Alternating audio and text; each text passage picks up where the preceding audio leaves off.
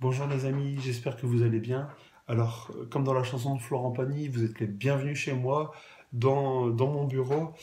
Euh, Merci pour toutes les marques d'affection que vous nous donnez pour Clémence et moi, pour les enfants.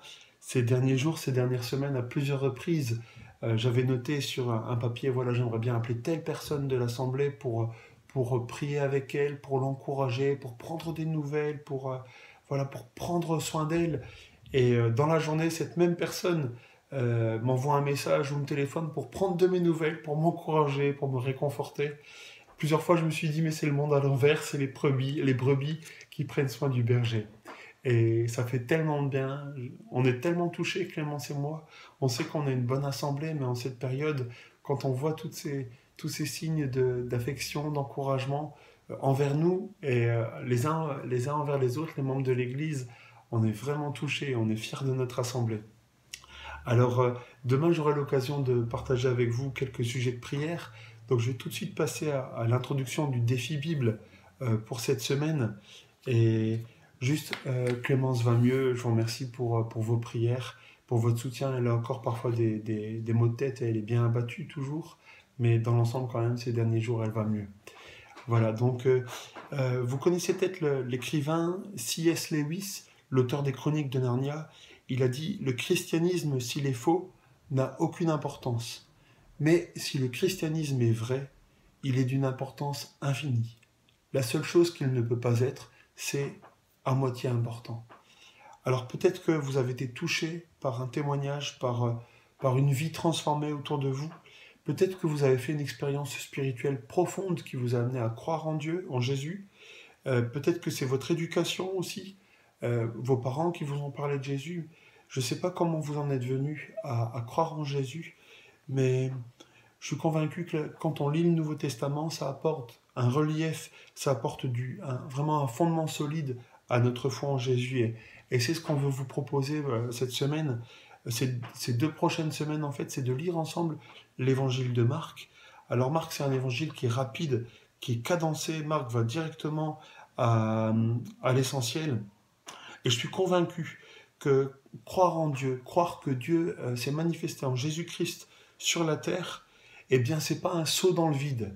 C'est pas juste quelque chose qui nous demande de croire naïvement, mais on peut vraiment lire la Bible, lire les évangiles, l'évangile de Marc notamment, avec honnêteté, d'une manière intelligente, et vraiment découvrir que notre foi, c'est quelque chose de solide. Et d'ailleurs, quand Marc écrit son évangile, c'est pour des croyants qui vont souffrir ou qui souffrent déjà en raison de leur foi.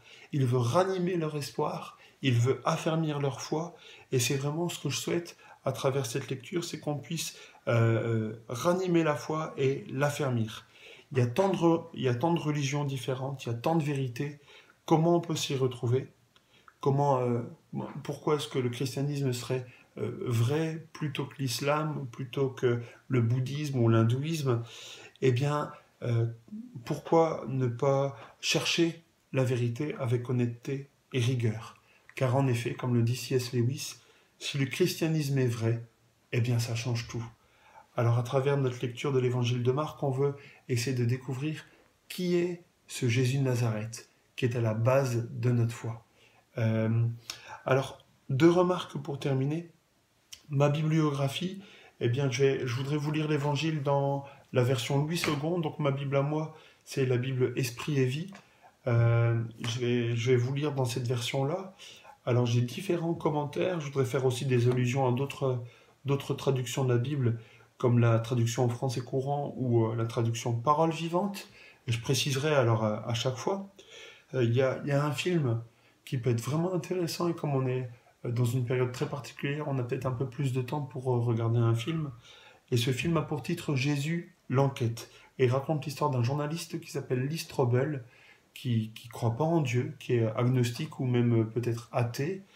Et en faisant une enquête très sérieuse, très honnête sur Jésus, il va faire des découvertes qui vont l'amener justement à se positionner par rapport au Christ. Alors, je vous recommande ce film. Et une deuxième remarque, j'aimerais créer un groupe Viber particulier qui sera intitulé Défi Bible. Alors, dans ce groupe-là, je voudrais mettre tous ceux qui nous ont déjà dit qu'ils suivaient les lectures commentées qu'on publie chaque jour. Comme ça permet d'avoir un groupe où il y aura les lectures commentées. Et parce que dans le groupe CVCM, elles sont très rapidement remplacées par d'autres informations.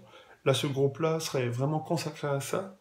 On pourra aussi y ajouter des questions. Donc si vous avez des questions, vous pouvez les poser sur ce groupe.